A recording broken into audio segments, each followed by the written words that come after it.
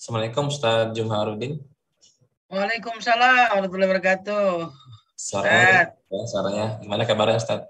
Alhamdulillah Ustaz. Semuanya sehat-sehat Ustaz? Alhamdulillah Ustaz sehat semua. Alhamdulillah, gimana Ustaz Ihsan? Sehat Ustaz Ihsan? Alhamdulillah. Alhamdulillah. Mudah-mudahan semua sehat-sehat di dalam afwa dan afiat. Amin. Amin. Amin.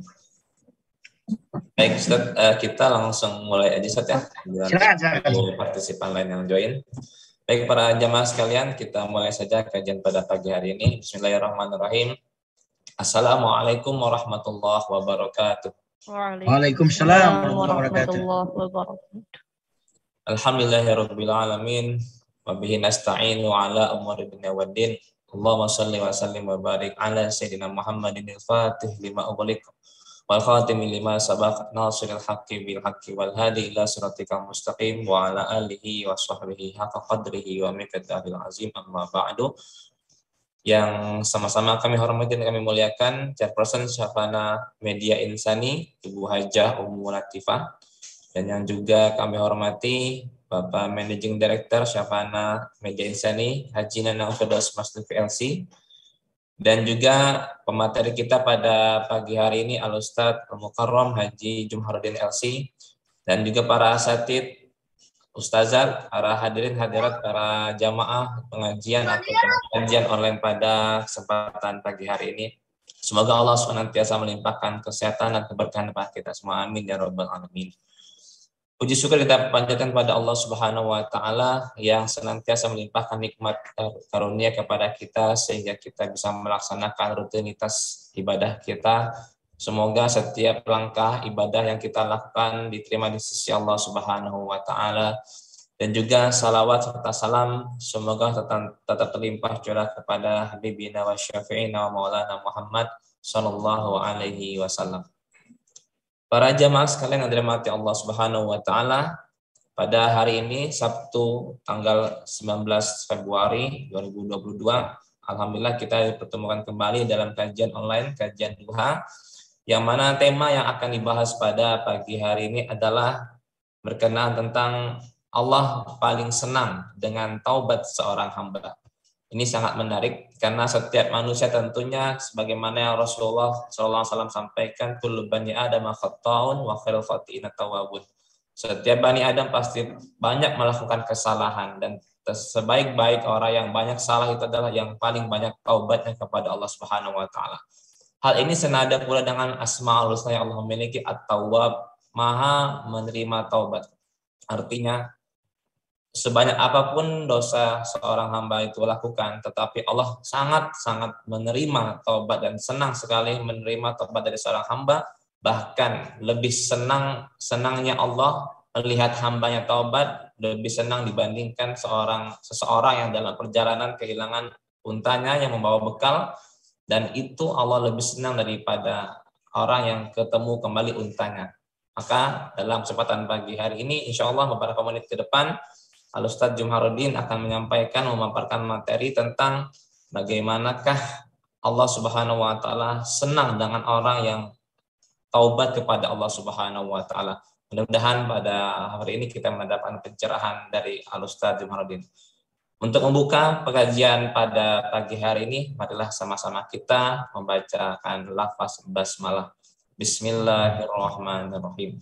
Untuk selanjutnya, pada Al-Ustadz, waktu kurang lebih 45 menit ke depan untuk menyampaikan materi pada kesempatan pagi hari ini. Tafadhol Ustadz.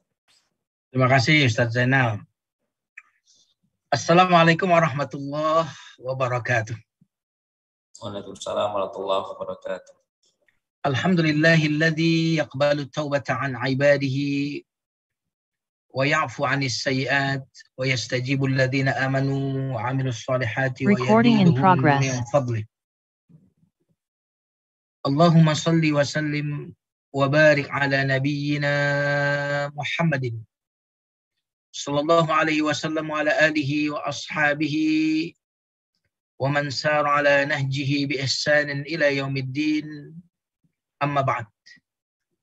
Yang saya hormati para pimpinan dari Syafana Islamic School yang saya tidak sebutkan satu persatu, Semoga para pimpinan yang ada di Islamic Savannah School senantiasa di dalam afwa dan afiah dari Allah Subhanahu wa taala. Yang saya hormati para asatiz, Ustadz Ihsan, Ustadz Zainal Mubarak, para ustazah yang mungkin bergabung di ruang keluarga kita ini, atau juga para wali murid. Saya doakan semoga di pagi hari ini Allah memberkahi kita semuanya dan memberikan kepada kita kesehatan dan perlindungan dari Allah Subhanahu wa taala. Amin ya rabbal alamin. Kita awali kajian kita sekali lagi dengan membaca basmalah terlebih dahulu. Bismillahirrahmanirrahim. Tema kajian kita hari ini adalah tema yang sangat menggembirakan kita. Tema yang menumbuhkan harapan bagi kita. Yaitu tema bahwa Allah senang. Bahkan dalam hadis yang akan kita sampaikan nanti adalah Allah bergembira. Kalau Allah bergembira, bayangkan kegembiraan yang menciptakan kita, yang memberikan rezeki kepada kita, yang tidak membutuhkan kita. Kita butuh padanya, dia tidak butuh kita, tapi dia bergembira. Bergembira dan senang dengan taubat kita. Jadi tema ini sangat luar biasa ya. Tema yang akan memperbaharui harapan bagi kita semuanya. Nah, sahabat-sahabat sekalian yang dimuliakan Allah Subhanahu wa taala, sebelum masuk lebih jauh, saya akan membacakan hadisnya, hadis yang diriwayatkan oleh Bukhari Muslim. Rasulullah Shallallahu alaihi wasallam bersabda, "Lallahu asyaddu farhan bitaubati 'abdihi hina yatubu ilaihi." Sesungguhnya Allah lebih bergembira, lebih berbahagia dengan sebab taubat hambanya ketika hamba itu bertaubat min ahadikum, daripada kegembiraan salah seorang di antara kalian kana ala rahilatihi bi ardi fala, dibanding kegembiraan seseorang yang berada di tunggangan untanya di sebuah padang pasir. Fam falatat minhu wa 'alaiha ta'amuhu wa syarabuhu, tiba-tiba dia terjatuh dari unta itu dan lalu untanya berlari darinya, pergi darinya, padahal di atas unta itulah bekal makanan dan minumannya. Lalu dia pun mencari untanya yang hilang itu dan tidak ditemukan, fa'aisa minha, dia pun putus asa setelah mencari itu. Fa'ata syajaratan, lalu dia kemudian beristirahat di bawah sebuah pohon. Fattaja'a fi zilliha, lalu dia pun tertidur di situ. Dia sudah berputus asa. Fabainama huwa kadzalik, dan ketika dia berada dalam keadaan demikian tertidur, lalu kemudian idza huwa biha qa'imah indahu. Ketika dia tertidur, lalu dia bangkit dari tidurnya atau terbangun dari tidurnya, tiba-tiba dia sudah melihat ontanya yang tadi lepas darinya itu berdiri di hadapannya, lengkap dengan seluruh bekal. Fa'akhadha bikhitamiha, lalu dia ambil tali kekangnya, kemudian dia berkata dengan perkataan yang menunjukkan kebahagiaan yang luar biasa. Lalu dia berkata, karena saking bersyukurnya dia kepada Allah, dia berkata dengan perkataan, Allahumma anta abdi wa ana rabbuka. Ya Allah, engkaulah hambaku, akulah Tuhanmu. Saking gembiranya dia kepeleset lidah. Ini menunjukkan Nabi Shallallahu Alaihi Wasallam di sini menggambarkan kegembiraan yang tidak ada kegembiraan yang lebih dari ini. Karena kegembiraan di hadis ini adalah kegembiraan orang yang menemukan hidup setelah mati. Jadi dia ini sudah dia rasakan mati karena bekalnya sudah hilang dari dia. Berarti di pelupuk matanya adalah kematian yang akan mendatanginya tidak lama setelah itu. Lalu tiba-tiba dia menemukan kehidupan kembali. Bekalnya itu datang lagi. Ya, maka kegembiraan yang seperti ini sampai dilukiskan dengan saking gembiranya dia sampai salah ngomong. Mestinya dia memuji Allah, ya Allah, engkaulah Tuhanku, akulah hambamu. tetapi karena dia terlalu gembira. Sehingga kegembiraan itu menguasai pikirannya, hatinya, lidahnya. Sehingga kemudian lidahnya ini pun mengatakan perkataan yang menunjukkan kekafiran malah saking gembiranya. Karena kalau berkata demikian di saat normal, tentu orang ini sudah disebut kafir. Karena dia mengatakan Allah hambanya, dia adalah Tuhannya. Akan tetapi karena dia mengatakan ini dalam kondisi kebahagiaan yang terlalu, kebahagiaan yang sangat luar biasa, sehingga keluarlah kalimat ini, maka tentu kalimat ini tidak mengeluarkan dia dari Islam, dia tetap dalam Muslim. Tapi hadis ini ingin menunjukkan betapa gembiranya orang ini, kegembiraan seperti seorang wanita yang mandul yang kemudian bisa mendapatkan anak. Kebahagiaan orang yang hampir mati karena kehausan, lalu dia menemukan minum. Kebahagiaan orang yang hampir mati, lalu dia kemudian mendapatkan kehidupannya. Kata Allah, orang ini nggak ada yang bisa mengalahkan kebahagiaannya. Tapi kata Allah, kata Nabi, Allah itu lebih senang, lebih bergembira daripada kebahagiaan orang yang baru saja diceritakan dalam hadis Nabi Shallallahu Alaihi Wasallam. Dan sahabat-sahabat sekalian yang dimuliakan Allah Subhanahu Wa Taala. Maka hadis ini sekali lagi hadis yang sangat luar biasa. Di mana Allah menyukai taubat hamba. Karena Allah menyukai taubat hamba, maka Allah Subhanahu wa taala menamakan dirinya dengan At-Tawwab. Tidak kurang dari 11 kali Allah Subhanahu wa taala menyebutkan namanya At-Tawwab di dalam Al-Qur'an, di antara di dalam surah Al-Baqarah ayat 128. Allah Subhanahu wa taala berfirman, "Innaka Rabbana waj'alna muslimaini laka wa min dzurriyyatina ummatan muslimatan lak wa arina manasikana wa tub 'alaina innaka antat tawwabur rahim."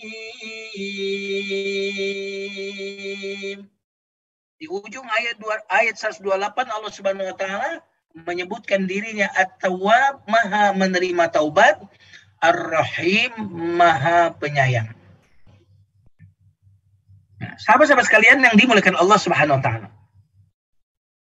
Tadi kita sebutkan hadisnya dengan kalimat Allah lebih bergembira. Tapi harus kita sebutkan di sini bahwa kegembiraan di sini bukan kegembiraan karena kelemahan. Karena mendapatkan kebutuhan yang dia butuhkan. Bukan.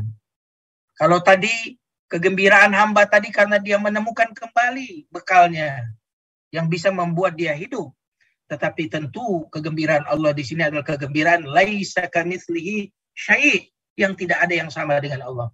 Tapi apa? Kegembiraan karena dia berbuat baik kepada hambanya. Kegembiraan karena dia merahmati hambanya. Kegembiraan karena dia menyayangi hambanya. Kegembiraan karena dia maha lembut kepada hambanya. Kegembiraan cinta. Bukan kegembiraan karena mendapatkan dia kekurang lalu mendapatkan sesuatu dia butuh. Bukan. Nah, sahabat-sahabat sekalian yang dimuliakan Allah Subhanahu wa taala.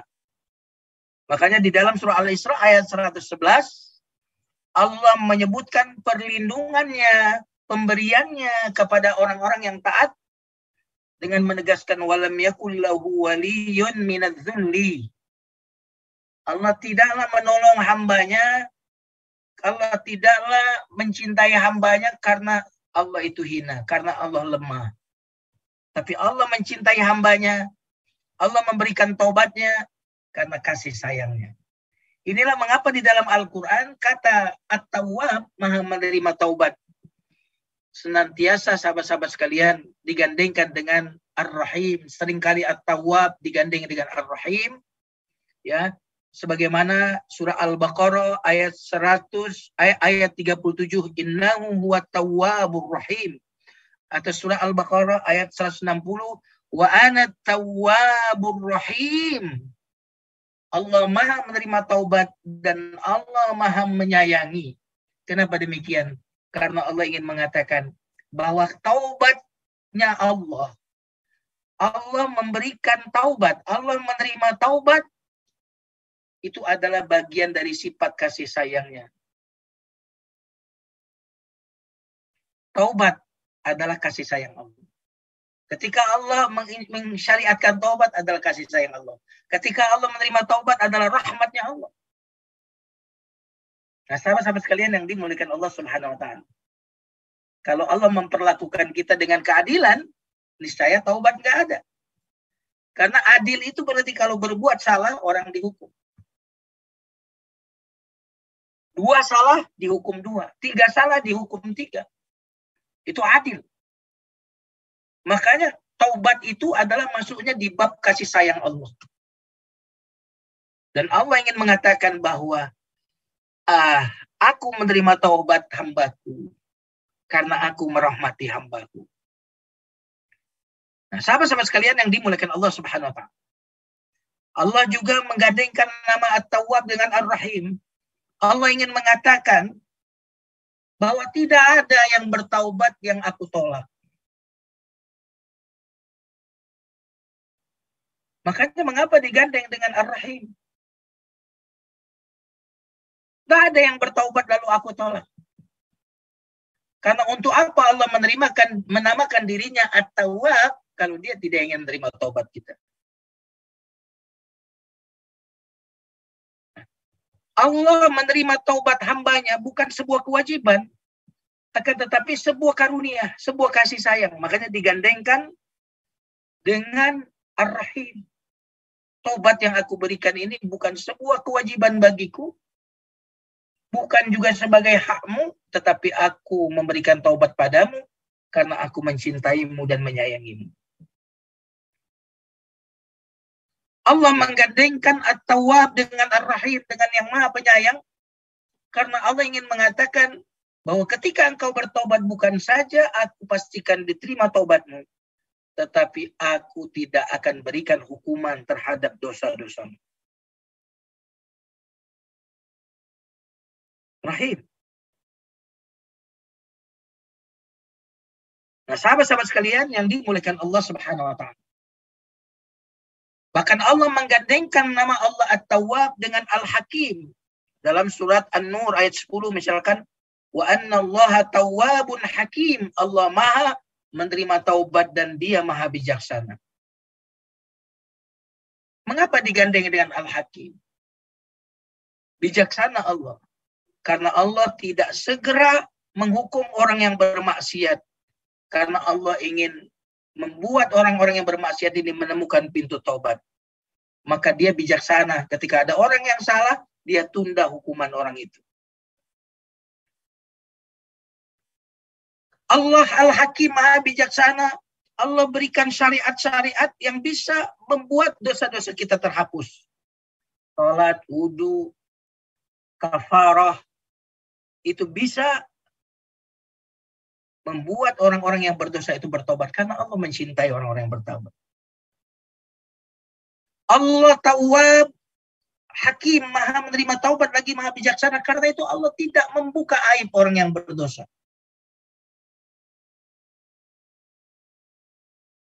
Maka kalau orang berdosa, Allah tidak buka, tidak permalukan aib orang itu. Sahabat-sahabat sekalian yang dimuliakan Allah Subhanahu wa taala. Sekali lagi, tidaklah Allah menamakan dirinya At-Tawwab kecuali karena Dia mencintai orang-orang yang bertobat. Makanya para ahli tafsir mengatakan At-Tawwab bermakna adalah Allah yang memberikan taubat dan Allah yang menerima taubat. Ini maknanya. At-Tawwab adalah Allah yang memberi taubat, dan yang kedua adalah Allah yang menerima taubat. Inilah makna Allah At-Tawwab. Bagaimana menjelaskannya? Seorang hamba ini tidak akan mungkin bertaubat kalau tidak diberi jalan oleh Allah taubat. Maka Allah Subhanahu wa taala memberikan berbagai macam jalan kepada orang yang berdosa untuk menemukan pintu taubat. Entah itu dia ikut pengajian, entah itu dia membaca buku, entah itu kemudian dia mendapatkan kiriman WA, entah itu dia menonton video YouTube dan seterusnya, yang membuat orang ini menerima taubat. Karena itu Allah memberikan taubat. Bahkan sebagian orang diberikan sakit sebagai jalan taubat. Jadi orang bisa bertaubat karena diberi taubat oleh Allah. Ketika orang itu diberi taubat, maka orang ini pun bertaubat. Ketika orang ini bertaubat, maka Allah at-Tawwab yang berikutnya, Allah menerima taubat. Berarti taubatnya hamba didahului oleh taubatnya Allah. Taubatnya seorang hamba diapit oleh dua taubatnya Allah. Taubatnya Allah yang pertama adalah Allah memberikan taubat. Taubatnya Allah yang kedua adalah Allah menerima taubat. Subhanallah. Nah, sahabat-sahabat sekalian yang dimuliakan Allah Subhanahu wa taala. Maka Allah At-Tawwab adalah Allah yang memberikan jalan taubat, menerima taubat hamba. Lalu kemudian menghapus dosa hamba ini, kemudian memberikan pahala kepada hamba ini. Karena itulah dalam hadis yang tadi kita bacakan, sesungguhnya Allah bergembira dengan taubat hambanya lebih dari kegembiraan orang yang paling gembira di dunia ini. Tadi diumpamakan dengan kisah orang yang tadi terlepas unta yang di situ ada kekayaan dan perbekalan. Nah, sahabat-sahabat sekalian yang dimuliakan Allah Subhanahu wa taala, karena itu dalam kajian para ulama kita akan menemukan kajian yang bertema mana yang lebih baik, orang tidak berdosa sama sekali atau orang yang berdosa lalu bertaubat. Itu kita akan temukan tema itu kalau mau mudah menemukannya mungkin di kitab Madarijus Salikin ya, di bab taubat itu akan ditemukan sebuah tema mana yang lebih tinggi di sisi Allah, yang lebih mulia di sisi Allah. Orang yang sama sekali tidak berdosa atau orang yang berdosa lalu yang bertaubat. Tentu kita tidak akan menyebutkan keduanya, sahabat-sahabat sekalian yang dimuliakan Allah, karena tema kita hari ini adalah tema tentang orang yang bertaubat. Berarti tema tentang orang yang berdosa lalu bertaubat. Nah, maka kita hari ini akan mungkin mengungkapkan pendapat bahwa orang yang salah berdosa lalu bertaubat jauh lebih mulia daripada orang-orang yang tidak berdosa. Apa alasannya? Nah, ini yang akan kita sampaikan pada penjelasan-penjelasan berikutnya. Ya, masih semangat ini, Pak Zainal?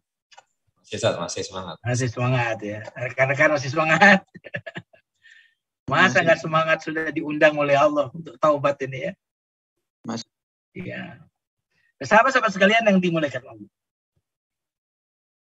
Jadi orang yang dosa lalu bertobat, menurut sebagian ulama lebih baik daripada orang yang tidak pernah berdosa. Alasannya apa? Karena penghambaan orang bertaubat adalah penghambaan yang sangat dicintai dan dimuliakan oleh Allah. Karena gini jemaah sekalian, coba. Ada ayat yang berbunyi seperti ini. Surah Al-Baqarah ayat 222. Innallaha yuhibbut tawwabin. Sesungguhnya Allah mencintai orang-orang yang bertaubat. Jadi orang bertaubat itu bukan cuma dihapus dosanya. Tapi dia menjadi kekasih Allah. Berarti orang-orang yang bertaubat itu saat dia bertaubat levelnya naik kelas itu. Sampai Allah mengatakan orang yang bertaubat itu adalah orang yang aku jatuh cinta padanya. Nah itu berarti penghambaan orang yang bertaubat itu adalah penghambaan yang dicintai oleh Allah. Kenapa? Karena Allah mencintai orang bertaubat. Berarti orang yang dosa bertaubat itu lebih baik daripada orang yang gak berdosa. Karena gini kata para ulama, seandainya taubat bukan merupakan sesuatu yang paling dicintai oleh Allah, niscaya tidak mungkin dia menguji makhluk yang paling mulia ini dengan dosa. Jadi mengapa orang itu diberikan kemampuan untuk berdosa? Karena Allah cinta kepada taubat.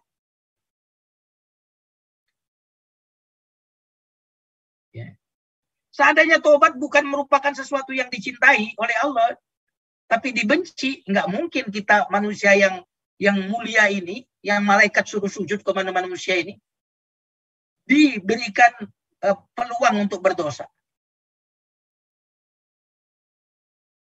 Tetapi karena Allah mencintai tobat hambanya, maka diujilah sang hamba ini dengan dosa yang mengharuskannya melakukan sesuatu yang dia cintai, yaitu tobat.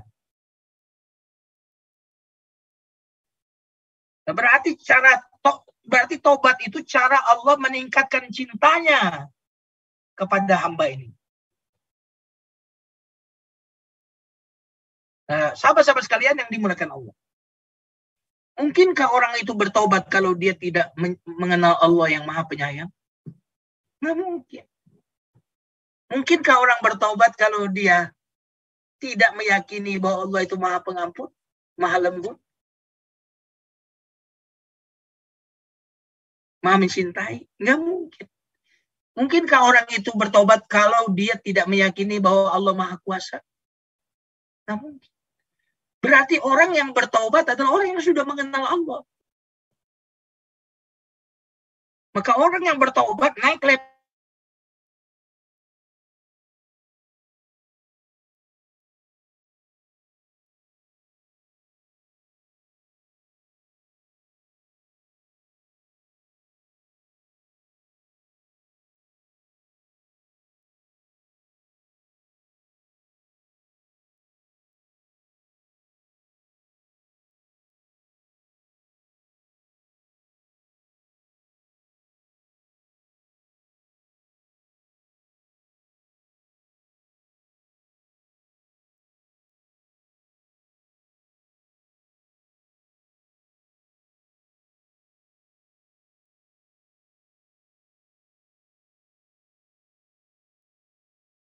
Bukakan pintu kalau ada orang. Ini jaringan Ustadz kayaknya.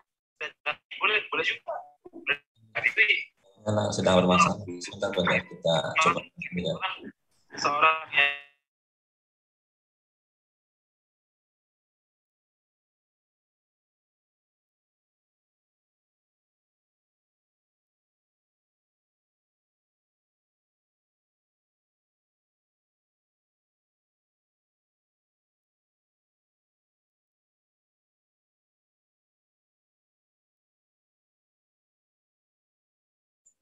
Ya, para hadirin harap bisa sabar untuk menunggu karena sedang kami hubungi Ustadz Jamaluddin. Sepertinya ada kendala teknis. Ya, Ustadz baru bergabung. Ustadz Jamaluddin, gimana Ustadz?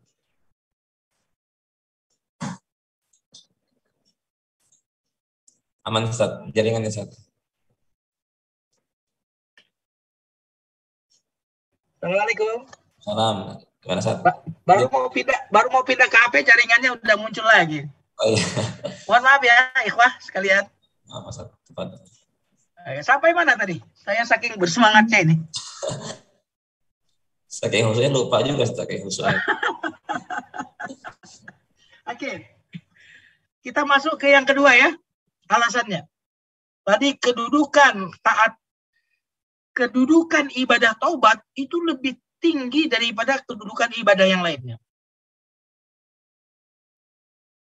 Karena itulah mengapa Allah menggambarkan kegembiraan Allah itu dengan taubat hambanya, itu digambarkan dengan kegembiraan seseorang yang menemukan kembali untanya yang hilang. Seraya membawa perbekalannya berupa makanan dan makanan di lembah yang membahayakan. Dia berputus asa untuk dapat hidup lebih lanjut. Tetapi Allah lebih bergembira dengan taubat hambanya daripada kegembiraan orang ini. Dan Allah tidak pernah menggambarkan kegembiraan seperti ini loh dalam konteks ibadah-ibadah yang lain. Dan coba bayangkan, Allah yang nggak butuh dengan kita, Allah yang ngasih rezeki kita, Allah yang memberikan segalanya untuk kita, kegembiraannya terhadap taubatnya kita seperti ini. Kira-kira apa yang bisa dirasakan oleh hati orang yang bertaubat ya? Ini deh, tentu laisa kamitslihi syai'un, ya, nggak ada yang sama dengan Allah. Kita kan udah jadi orang tua nih. Ustaz Zainul udah nikah belum ya, Ustaz Zainul? Alhamdulillah sudah, Ustaz. Sudah. Ustaz Ihsan juga sudah ya. Ya, kita sudah jadi orang tua. Kalau kita memberi anak sesuatu, memberi sepeda, memberikan mungkin kalau dia butuh laptop karena untuk sekolah online dan seterusnya, kalau kita belikan dia itu, anak seneng nggak? Pasti seneng kan? Tapi sebenarnya mana yang lebih senang ketika kita memberi anak sesuatu? Tentu orang tua tuh lebih senang dengan pemberian itu dibandingkan dengan anak yang menerima. Anak menerima sesuatu dari orang tua senang. Orang tua jauh lebih senang, tapi kesenangan orang tua beda kualitasnya dengan anak. Anak tadi senang karena menerima sesuatu, tapi orang tua senang karena memberi sesuatu. Allah. Jadi jangan dibayangkan senangnya Allah itu senangnya karena menerima sesuatu dari kita. Sebagaimana kita senang ketika memberi anak, karena kita senang kebahagiaan kita pada memberi itu. Dan ketahuilah kebahagiaan di dalam memberi jauh lebih besar daripada kebahagiaan dalam menerima. Nah, sahabat-sahabat sekalian yang dimuliakan Allah Subhanahu wa Ta'ala.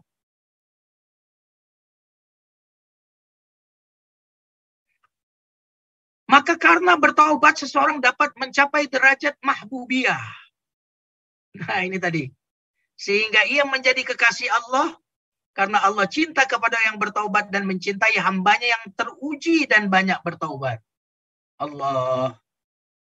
Jadi kita ini ditakdirkan bisa berdosa sebenarnya untuk naik menjadi kekasih-kekasih Allah. Ya Habib Allah, mahbubiyah. Ya derajat mahbubiyah.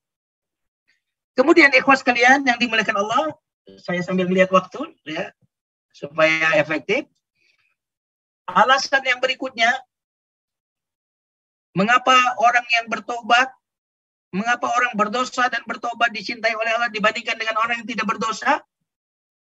Karena di dalam ubudiyah taubat terdapat sifat-sifat yang dicintai oleh Allah. Karena saat orang itu berdosa lalu bertobat, orang ini akan merendahkan dirinya, menghinakan dirinya, tunduk di hadapan Allah, merayu Allah, merendahkan dirinya kepadanya. Dan ini adalah ibadah-ibadah batin. Merasa rendah, merayu Allah, merasakan hina. Ini ibadah-ibadah batiniyah. Ibadah batiniyah itu lebih dicintai daripada ibadah-ibadah yang lahiriah saja. Ibadah lahiriah, sholatnya luar biasa, puasanya luar biasa. Tapi ibadah taubat, ini di dalamnya ada ibadah batin berupa merasakan kehinaan di hadapan Allah. Merayu Allah, merendahkan diri di hadapan Allah. Kenapa ini lebih dicintai oleh Allah? Karena merasakan hina, merasakan rendah adalah ruh bagi penghambaan dia. Esensi dan substansi dari penghambaan kita kepada Allah adalah merasa rendah dan hina.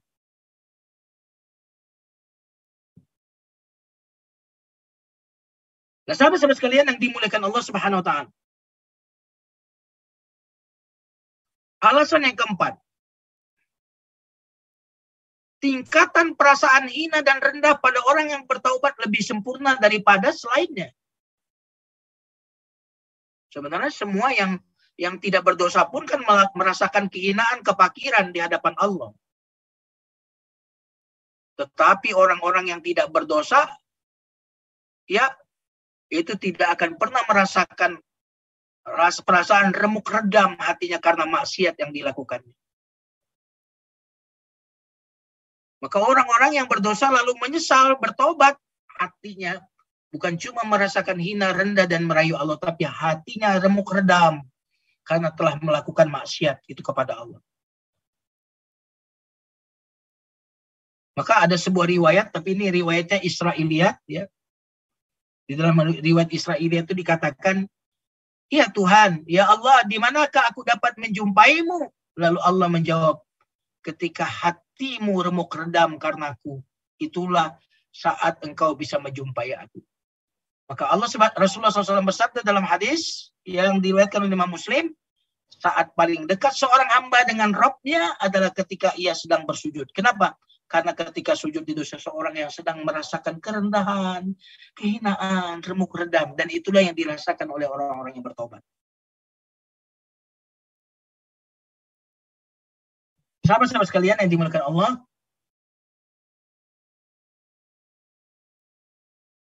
ada hadis qudsi yang panjang, tetapi mungkin saya akan ringkas ya. Antum pasti pernah mendengarkan hadis qudsi yang berbunyi, wahai Adam, aku minta makan, tapi engkau tidak mau memberiku. Dan seterusnya, ya. Aku haus, ya, tapi engkau tidak memberi aku minum. Ya. Kemudian di ujung Allah Subhanahu Wa Taala berfirman, wahai anak Adam, aku sakit, tapi engkau tidak menjengukku. Lalu hamba itu bertanya, ya Tuhanku, bagaimana aku menjengukmu sedangkan engkau adalah Tuhan semesta alam? Allah menjawab, ketahuilah bahwasanya hambaku si fulan sakit, tetapi tidak engkau jenguk. Ingatlah, perhatikan kalimat berikut ini.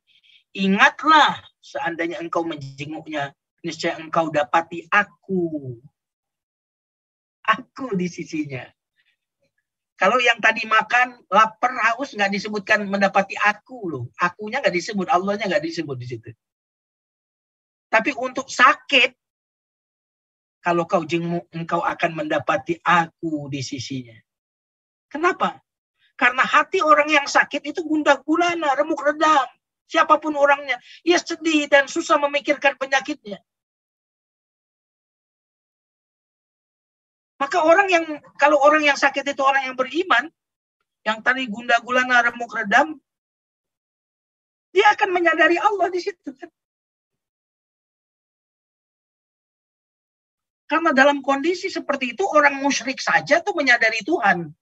Ketika perahu mereka itu mau karam itu, mereka akhirnya berdoa kepada Allah dengan murni.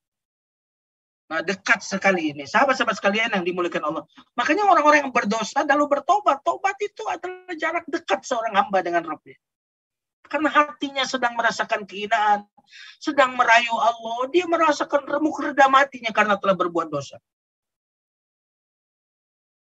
Makanya dalam sebuah riwayat kita temukan ada 3 orang manusia yang dikabulkan doanya. Orang yang dianiaya, musafir, dan orang berpuasa. Kenapa? Karena kondisi hati mereka. Itu orang berpuasa itu lemes banget kan. Kering gitu, bibirnya kering, senderan dan sandaran gitu. Lihat orang-orang dalam musafir, kusut masai, lihat orang-orang yang dianiaya. Nah, semua itu ada pada diri orang yang sedang menyadari dan mengakui kesalahannya. Sahabat-sahabat sekalian yang dimuliakan Allah, biar waktu kita ini saya percepat ya.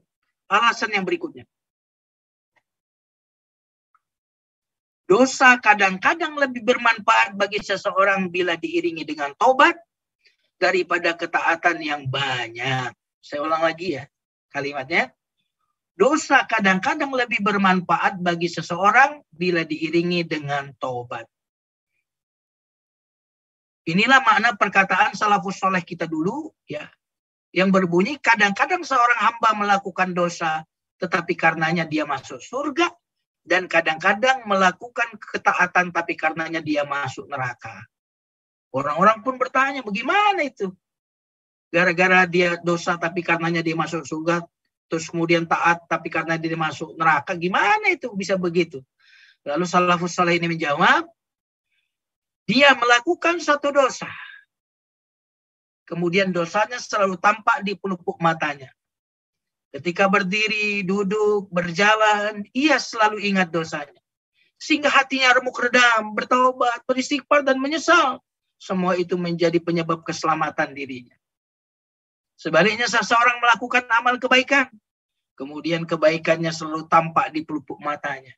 Ketika berdiri, duduk, berjalan, ingat tuh ibadah-ibadahnya yang top, markotop menurut dia. Setiap kali ingat kebaikannya, ia merasa ujub, takabur, dan telah berjasa, sehingga hal itu menjadi penyebab kebinasaannya. Dengan demikian, ikhwah, jamaah sekalian, dosa itu bisa menjadi pengingat agar kita taat, berbuat baik, agar kita terus menjaga kesadaran, agar kita takut kepada Allah, agar kita malu kepada Allah, agar kita datang kepadanya dengan menundukkan kepala dan hati. Dengan menangis dan menyesal dan mengakui semua kesalahan di hadapan Allah. Ini ada pada taubat itu. Tentu semua pengaruh dari taubat ini sangat bermanfaat bagi manusia. Daripada ketaatan yang menyebabkan orang menjadi suci, sombong, merendahkan orang lain, dan memandang hina kepada mereka. Nah, jamaah sekalian yang dimuliakan Allah Subhanahu wa Ta'ala. Maka orang-orang yang berdosa itu lalu bertobat, perbandingannya seperti orang yang meminum obat untuk menghilangkan penyakitnya yang akut. Maka kita sebagai penutup, saya akan membacakan satu ilustrasi yang disebutkan oleh Ibnu Qayyim Al-Jauziyah dalam kitab Madarijus Salikin. Bagaimana beliau mengilustrasikan kisah Adam saat diusir dari surga karena dosanya.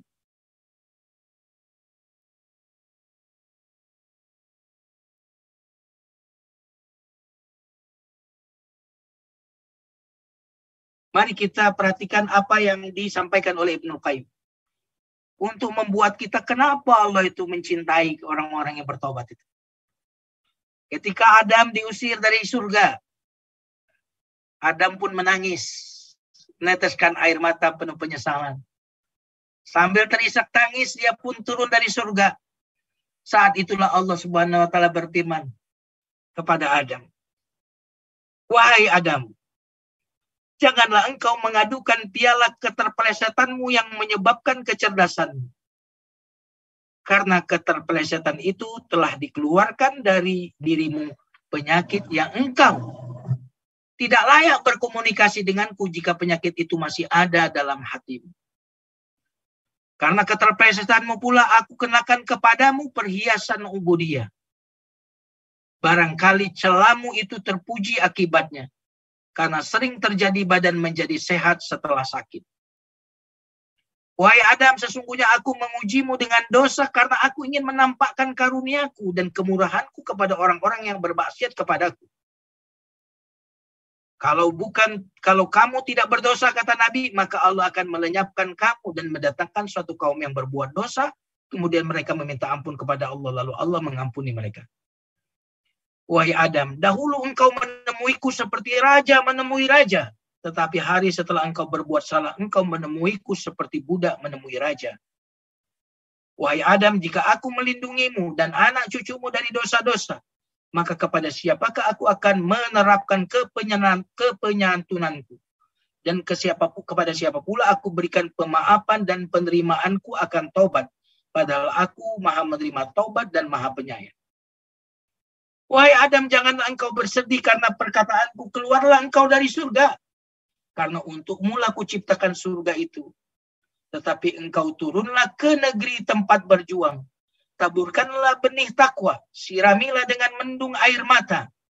Apabila bijinya telah besar dan kuat, dan sudah tegak di atas batangnya, maka petiklah dia. Wahai Adam, tidaklah aku menurunkanmu dari surga, melainkan agar engkau berusaha untuk naik kepadaku. Dan tidaklah aku mengeluarkanmu darinya karena hendak mengusirmu darinya. Tidaklah aku mengeluarkanmu darinya, melainkan agar engkau kembali kepadaku. Jika antara aku dan engkau pernah ada teguran, dan negeriku dengan negerimu berjauhan, maka jalinan cinta kasih tetap ada, sedangkan kejahatan yang engkau lakukan telah terbakar. Wahai Adam, dosa yang karenanya engkau menundukkan diri kepadaku lebih baik daripada ketaatan yang engkau banggakan terhadapku.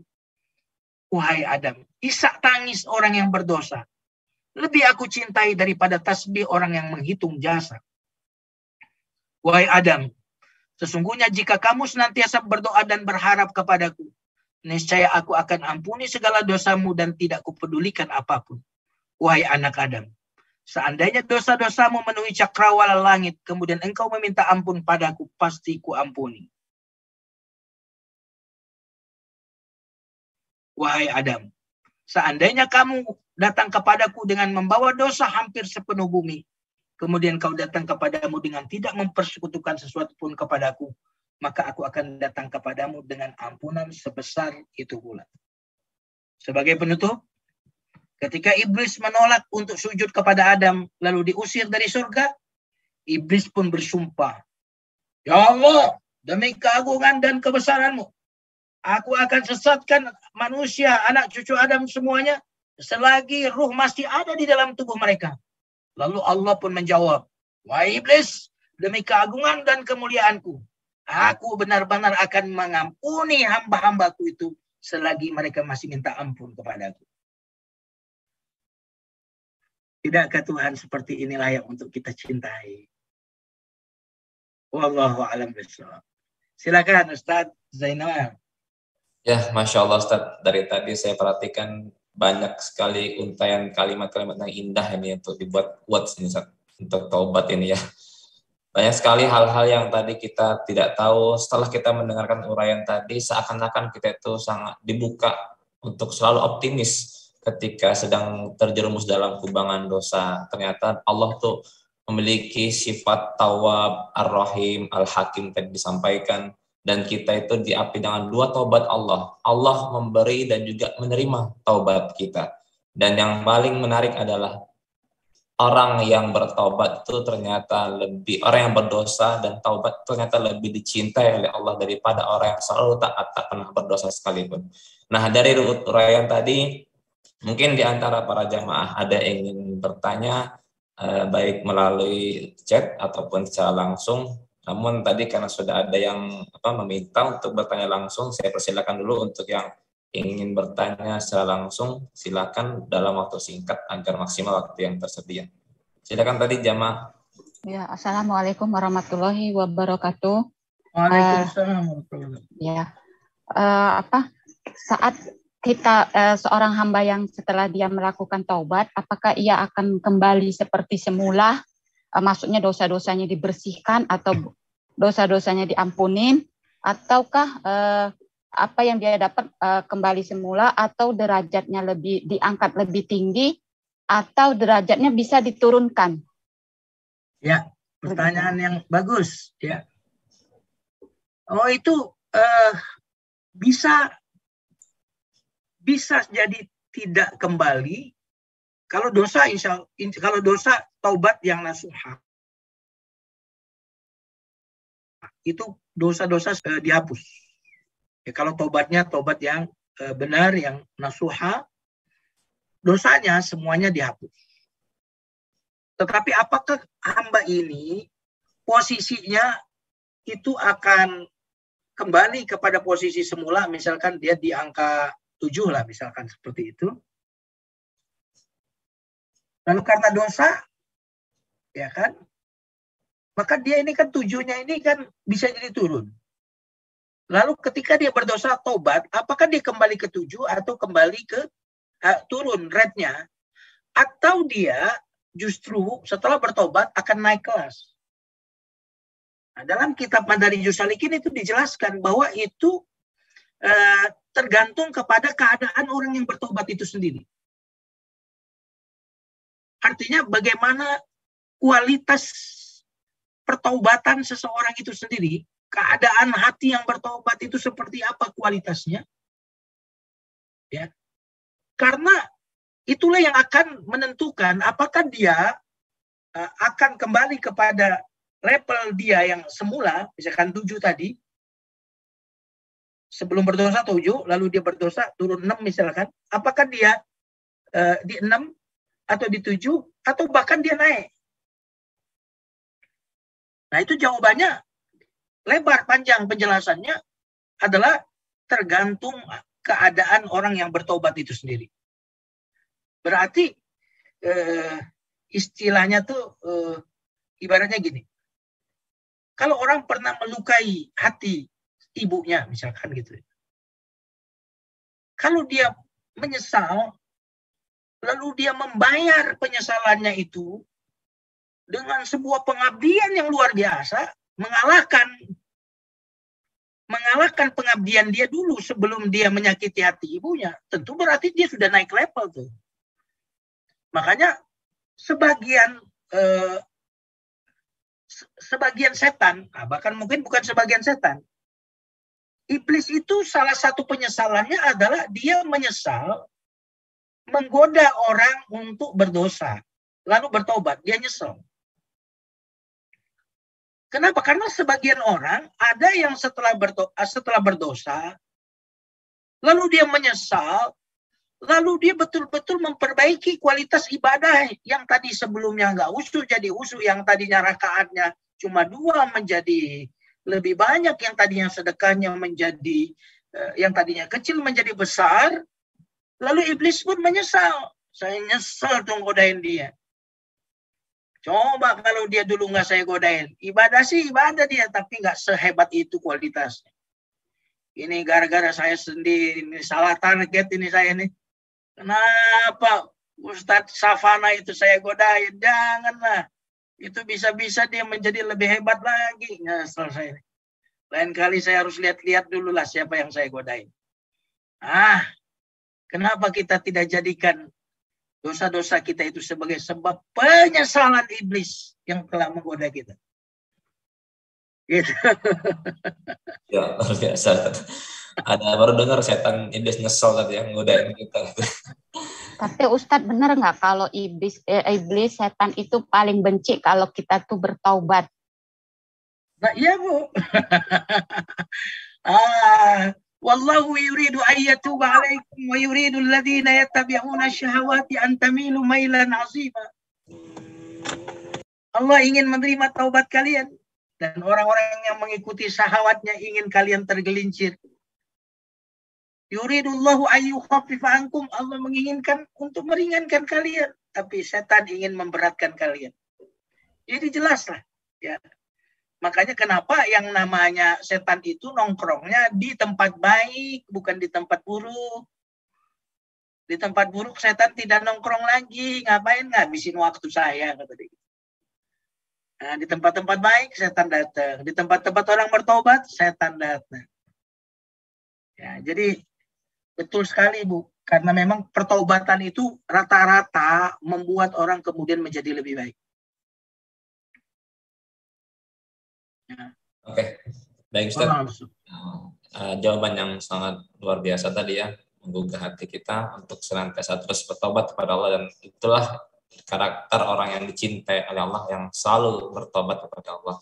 Pertanyaan selanjutnya Ustaz dari chat ini, ada pertanyaan di Pak Alfian. Bukankah kalau kita selalu ingat terus akan dosa-dosa yang pernah kita perbuat, hal itu menjadikan kita lupa bahwasanya Allah itu Maha Pengampun dan Pemaaf juga?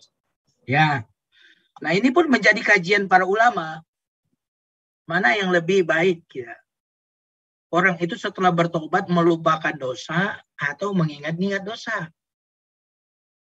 Itu memang ada kajian para ulama. Sebagian mengatakan daripada lebih baik lupain dosa. Kenapa?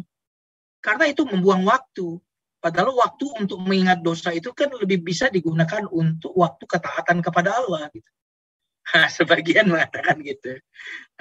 Tapi sebagian mengatakan ya lebih baik diingat dosa itu kalau dosa itu kemudian membuat dia ingin balas dendam. Balas dendam artinya membayar kehilapannya itu dengan kebaikan. Maksud saya balas dendam itu di situ. Karena itu bisa menjadi energi, booster, tenaga untuk kemudian kita membayar harga yang sudah kita sia-siakan selama ini. Membayar kesalahan kita yang sudah kita sia-siakan. Sehingga kalau menurut saya sangat tergantung. Jadi jawabannya mana yang benar? Tergantung. Kalau dosa itu akan membuat kita semakin berkualitas, semakin baik ibadahnya, maka tentu mengingat dosa itu sangat dianjurkan. Ya. Tetapi kalau itu mendemotivasi kita, jangan ingat dosa. Lebih baik kita sibukkan diri dengan ketaatan-ketaatan. Wallahu a'lam bishawab. Jadi kita move on tadi ya, move on. Setelah jangan ingat-ingat lagi sudah. Ya kalau itu mendemotivasi kita, move on aja.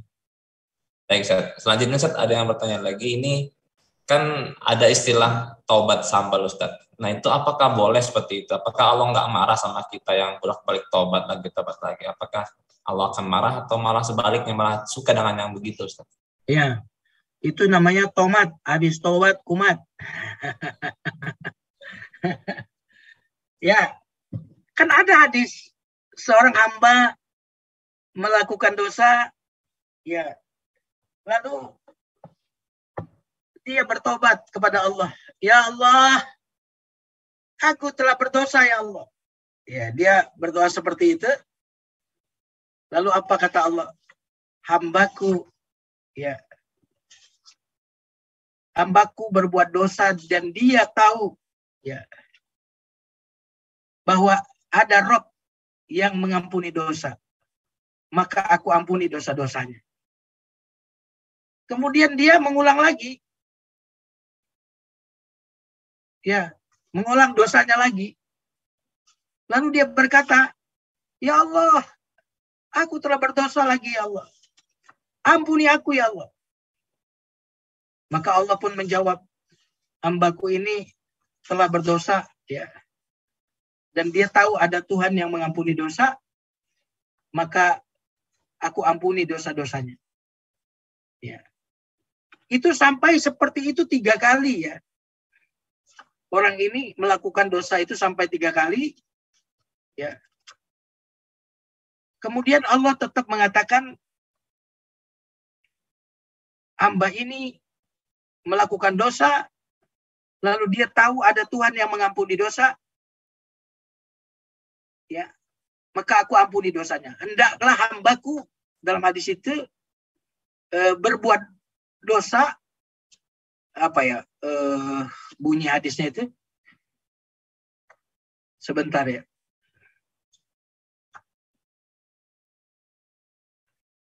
Intinya ada hadis yang berbunyi bahwa hamba ini terus melakukan dosa berulang-ulang, tapi Allah tetap mengampuni dosa-dosanya. Sampai dalam hadisnya itu disebutkan 3 kali ya, dia mengulangi dosa-dosanya, Allah tetap mengampuni dosa itu. Nah, maka ini berarti walaupun hamba itu berulang-ulang melakukan dosa itu, Allah tetap akan mengampuni dosa-dosa hamba itu meskipun berulang-ulang selagi dia beristighfar. Gampangnya begini ya. Kita ini kan udah mandi. Ini sederhananya. Udah mandi kan kotor lagi. Mandi lagi gitu. Ya kan kita begitu. Kotor lagi ya berdosa. Kotor lagi ya mandi lagi. Dan ternyata mandi itu membersihkan kotoran yang tadi. Adapun kotor lagi ya kotoran baru lagi.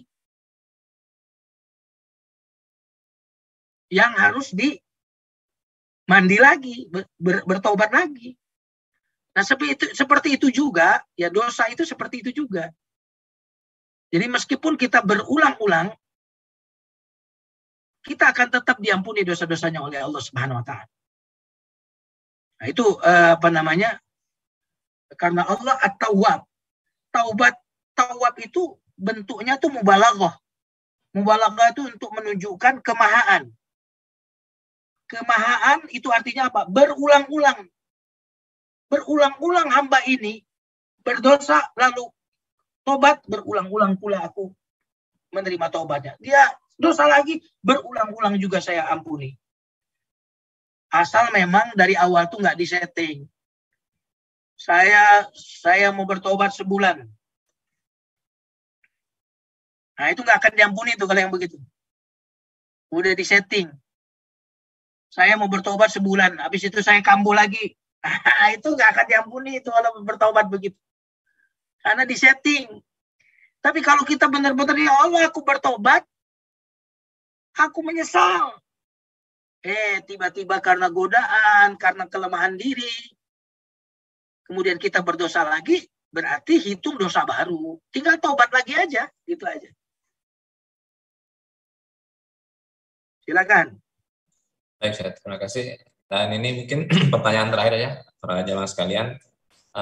tadi disampaikan bahwasanya Allah Subhanahu wa taala itu menerima taubat. Nah, terkadang kita setelah taubat itu kok melakukan dosa kembali, apakah Allah belum memberikan hidayah akan untuk kita taubat itu, dan bagaimana dengan dosa kita kepada manusia? Kalau kepada Allah kan Allah yang ampunin, tapi kalau dosa kepada sesama manusia itu bagaimana, Ustaz? Ya,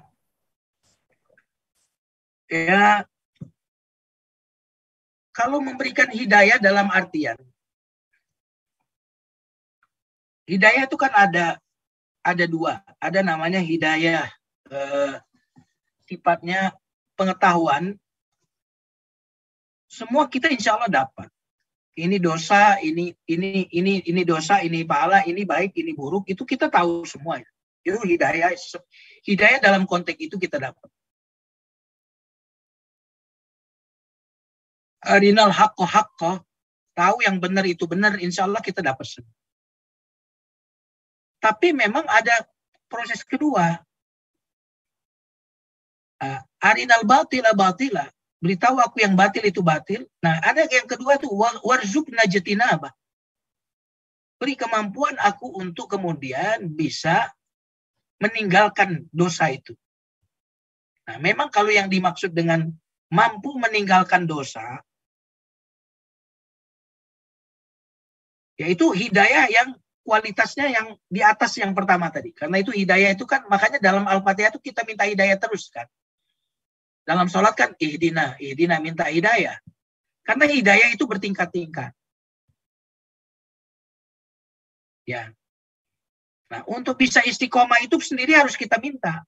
Makanya Nabi itu berdoa, ya muqallibal qulub tsabbit qalbi ala dinik. Rabbana la tuzigh qulubana ba'da idh hadaitana. Itu harus kita minta memang. Nah, jadi kalau hidayah yang dalam artian bahwa Allah belum memberikan istiqomah di dalam hati kita, buktinya kita bermaksiat lagi, itu boleh jadi kalau itu yang dimaksud dengan belum mendapatkan hidayah. Ya. Karena itulah kita sebenarnya jangan sampai kita itu meninggalkan maksiat itu hanya mengandalkan kemampuan diri kita. Karena kita ini lemah sekali. Maka kita perlu meminta bantuan kepada Allah agar kita ini dibantu oleh Allah untuk taat dan dibantu oleh Allah untuk meninggalkan kemaksiatan. Saya mungkin akan mengasih salah satu tips yang menurut pengalaman saya, ya, ini efektif untuk membuat kita tidak lagi melakukan kemaksiatan. Allah Subhanahu wa taala berfirman, "Innas salata tanha 'anil fahsya'i wal munkar wa la dzikrullahi akbar." Sesungguhnya sholat itu mencegah kamu berbuat keji dan mungkar. Dan berzikir kepada Allah itu lebih besar. Nah, ternyata salah satu yang akan membuat kita itu tidak lagi cenderung kepada syahwat atau dosa-dosa adalah memperbaiki sholat. Maka Allah Subhanahu wa taala berfirman, "Fa khalafa min ba'dihim khalfun adha'us salata wattaba'us syahawat." Ada generasi yang menyia-nyiakan sholat lalu akhirnya mengikuti syahwat. Itu berarti kalau kita memperbaiki sholat, kemampuan kita untuk mengendalikan syahwat, kemampuan kita untuk meninggalkan kemungkaran, kemaksiatan itu lebih besar. Tapi ada yang lebih besar dari itu. Terkadang kita meninggalkan kemaksiatan, tapi hati kita masih menginginkannya, bukan? Tapi bagaimana caranya kita meninggalkan maksiat, tapi hati kita sudah tidak menginginkannya? Maka di ujung ayat tadi, wala dzikrullahi akbar. Zikir kepada Allah itu akbar, lebih besar untuk membuat kita mudah meninggalkan kemaksiatan. Maka menurut saya perlulah coba jamaah semuanya di sini untuk mengkaji tentang bab zikir yang baik itu seperti apa. Ya, karena ternyata zikir itu akan mengeluarkan keinginan maksiat dan membuat kita mencintai taat. Karena zikir itu berfungsi takhalli dan tahalli. Takhalli pembersihan, tahalli pengisian. Tahalli pembersihan dari keinginan bermaksiat, tahalli pengisian untuk taat. Oke, yang tadi saya menyebutkan satu hadis ya, saya cari dulu hadisnya, ternyata riwayat Bukhari Muslim yang tadi pertanyaan sebelumnya. Saya bacakan sebagai penutup, sesungguhnya seorang hamba berdosa. Ya, jadi Rasulullah bersabda, seorang hamba berdosa, lalu dia berkata, ya Rob, aku berdosa, ampuni aku. Maka Allah menjawab, hambaku tahu bahwa dia punya Tuhan yang mengampuni dosa. Ya, maka aku ampuni dia. Kemudian setelah itu dia melakukan dosa, lalu dia berkata lagi, ya Allah, aku dosa, ampuni aku. Allah berfirman, hamba aku tahu dia punya Tuhan pengampun dosa, aku ampuni dia. Kemudian setelah itu dia mengulang lagi, lalu Allah mengatakan kalimat yang sama, dia tahu, ya, dia punya Tuhan yang mengampuni dosa, ya, dan mengampuni dosa. Itu ternyata diriwayatkan oleh Bukhari, Muslim, ya.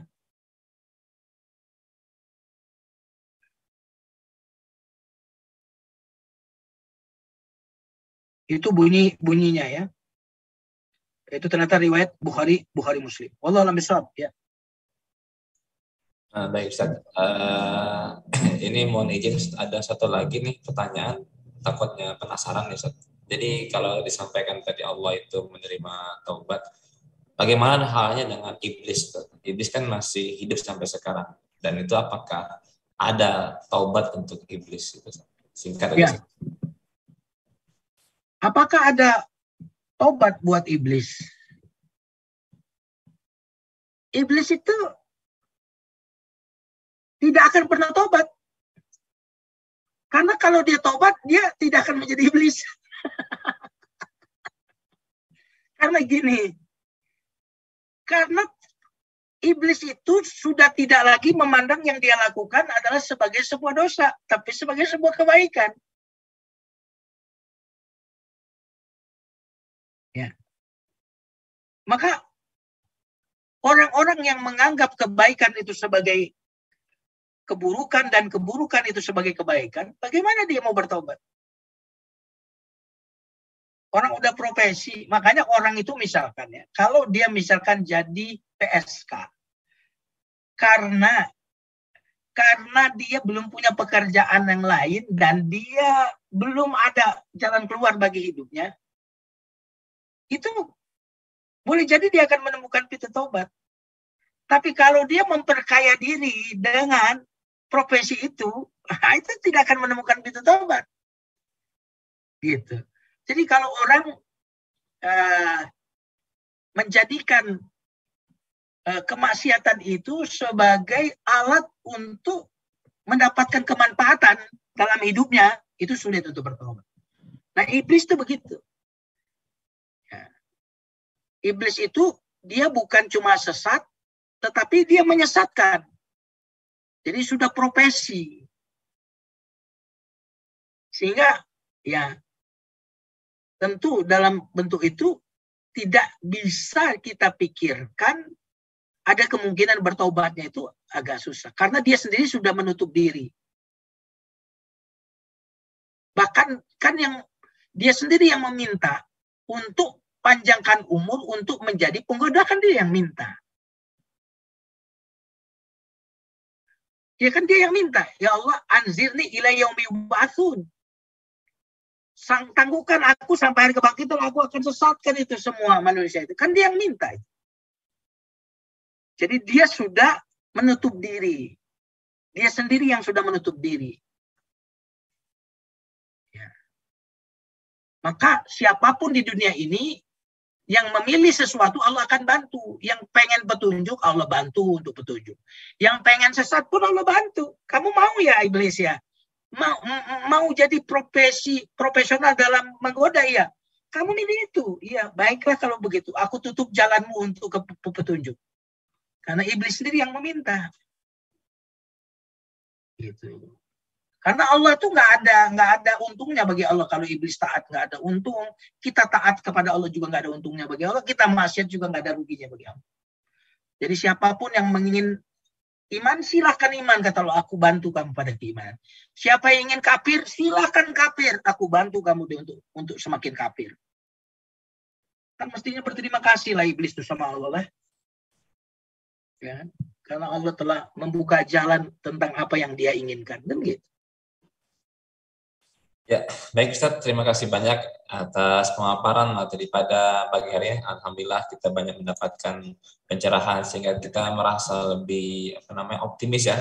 Tidak perlu kita merasa gundah gulana ketika berbuat dosa, tapi ingatlah bahwasanya Allah itu Maha menerima taubat dan justru mungkin dengan taubat itulah bisa menyebabkan seseorang masuk surga dan sebaliknya, bahkan sebaliknya bisa jadi ketaatan yang kita lakukan itu malah bisa menjerumuskan ke neraka karena kita merasa sombong dan merasa lebih baik daripada orang lain.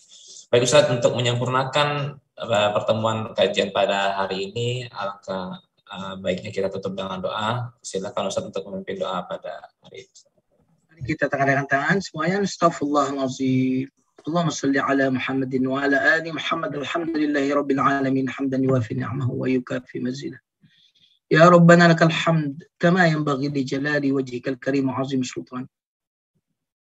اللهم أنت ربنا لا إله إلا أنت خلقتنا ونحن عبادك ونحن على عهدك ووعدك ما استطعنا نبوء لك بنعمتك علينا ونبوء بذنوبنا فاغفر لنا فإنه لا يغفر الذنوب إلا أنت لا إله إلا أنت سبحانك إنا كنا من الظالمين. ربنا ظلمنا أنفسنا وإن لم تغفر لنا وترحمنا نكونن من الخاسرين.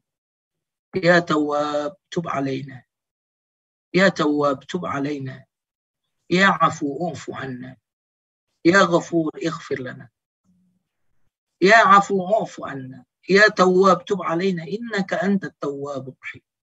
اللهم أعنا على ترك المعاصي أبدا ما أبقيتنا فيها. حبب إلينا الإيمان وزينه في قلوبنا وكره إلينا الكفر والفسوق والعصيان اجعلنا من الراشدين. اللهم إنا نسألك عمرا طويلا مباركا نافعا وحسن الخاتمة وتوبة نصوحا ورزقا طيبا. ربنا آتنا في الدنيا حسنة وفي الآخرة حسنة وقنا عذاب النار. سبحان ربك رب العزة عما يصفون السلام على المرسلين الحمد لله رب العالمين. بارك الله لي ولكم. Assalamualaikum warahmatullahi wabarakatuh. Waalaikumsalam warahmatullahi wabarakatuh. Sekali lagi jazakumullah khairan katsiran Ustaz atas materi yang disampaikan, dan juga pada jamaah terima kasih atas kehadirannya pada kajian online duha pagi hari ini. Semoga Allah Subhanahu wa taala menjadikan ini sebagai ibadah di sisi Allah Subhanahu wa taala, dan mudah-mudahan Allah Subhanahu wa taala menjadikan kita hamba-hamba yang senantiasa bertaubat kepada Allah Subhanahu wa taala. Amin ya rabbal Amin. Amin ya rabbal alamin. Jadi sama-sama kita tutup dengan membacakan doa kafaratul majlis. Subhanakallahumma wa bihamdika. Allahumma bihamdika. Subhanakallahumma. Subhanallah. Kesalahan. Assalamualaikum warahmatullahi wabarakatuh. Waalaikumsalam Waalaikumsalam warahmatullahi wabarakatuh. Izin ya Ustaz Zainul. Assalamualaikum. Waalaikumsalam warahmatullahi Warahmatullahi wabarakatuh.